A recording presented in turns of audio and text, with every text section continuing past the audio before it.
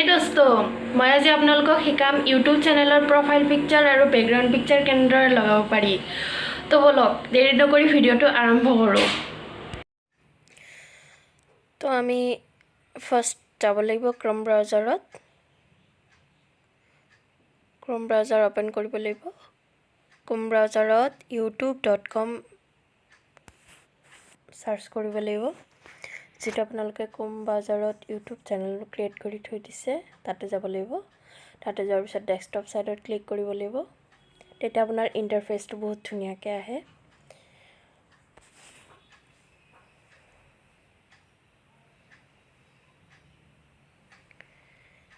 এইটো desktop side আহি গ'ল।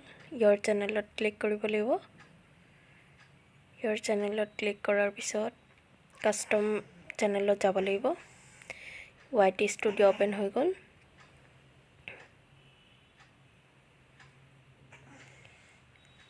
এয়া YT ষ্টুডিঅ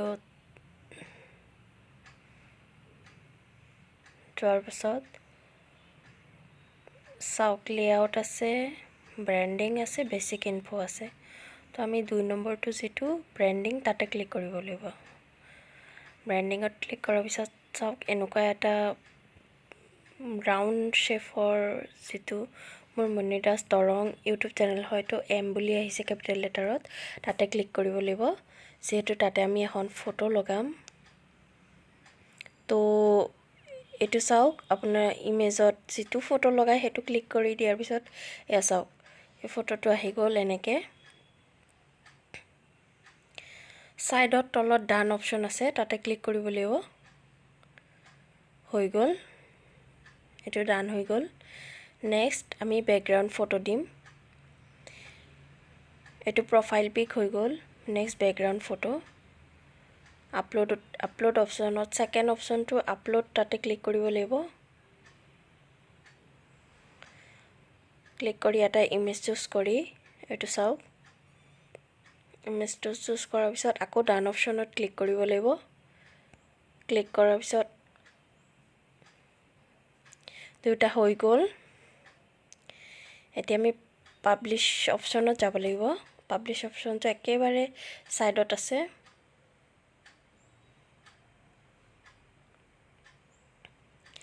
এটো পাবলিশ অপশন ওপৰত সাইডত আছে।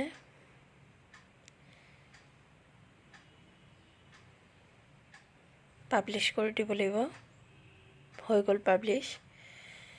এতিয়া আপোনাৰ প্ৰফাইল পিক আৰু ব্যাকগ্ৰাউণ্ড পিক এড হৈ যাব।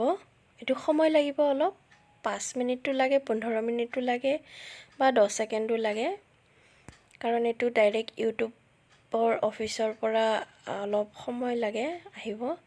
এটো চাওক হৈ গ'ল।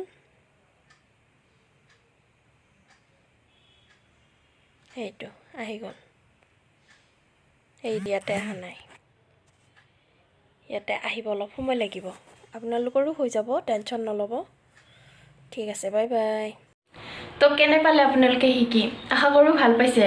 নেক্সট মই আপোনালোকক শিকাম ইউটিউব চেনেলত কেনেদৰে এটা ভিডিও আপলোড দিব পাৰি বা কি সেটিংছত যাব লাগে এটা ভিডিও আপলোড দিব হলে। তো আপোনালোকৰ ভিউ কেনেকৈ হ'ব গ্ৰোথ কেনেকৈ হ'ব এটা চেনেলৰ সেই বিষয়ে মই আপোনালোকক শিকাম। তো আজিলৈকে এৰিছো বাই বাই।